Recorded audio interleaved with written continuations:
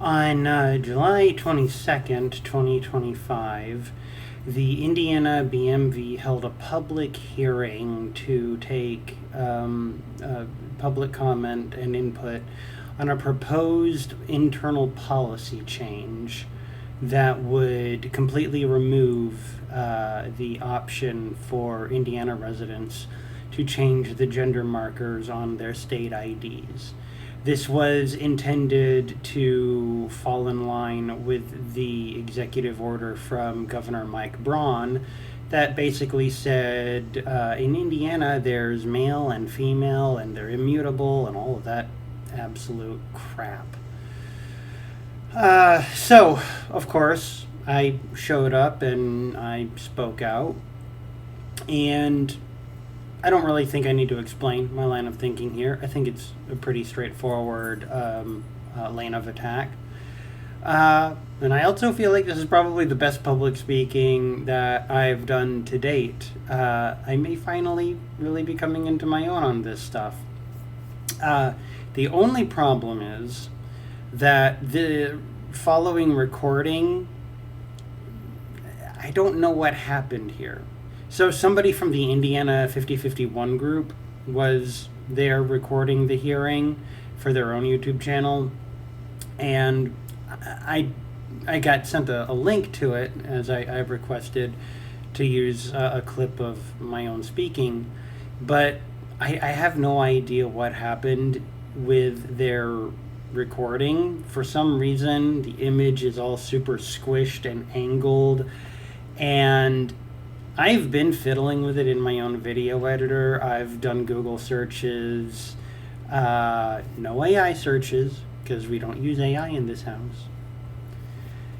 And I can't figure out how to make this look good. So, sorry, y'all. But other than that, I think I did pretty well here.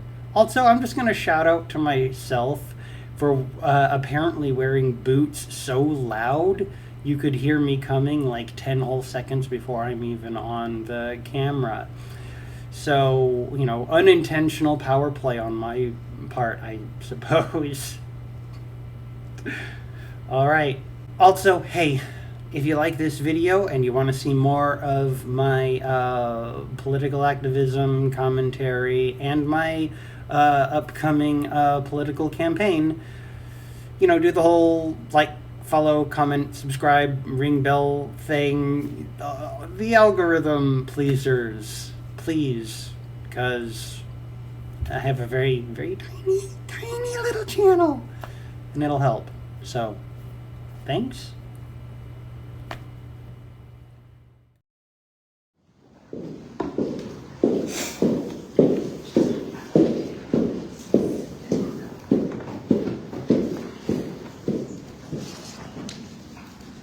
Good morning. I am Liliana Young. I am here from Bloomington.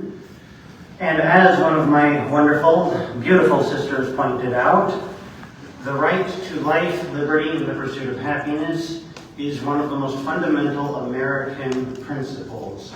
It is also the first legal principle in the Indiana State Constitution.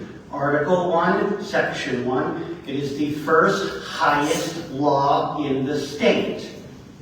Does this policy change bring life? No.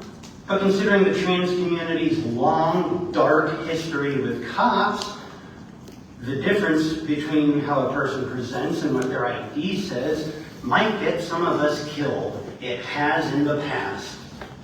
Does it bring liberty? No. If trans people are between 1 and 2% of the population, then between 70 and 140,000 Hoosiers will lose liberty to this policy change. It's as though you take the entire city of Evansville and tell them that they cannot participate equally in society or legal life. Does this bring the pursuit of happiness to anybody? Again, no.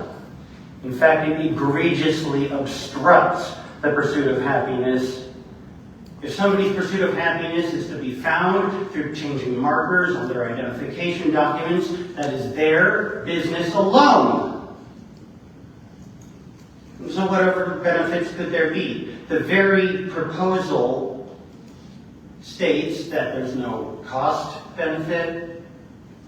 It says that primary and secondary benefits are vague and hard to quantify.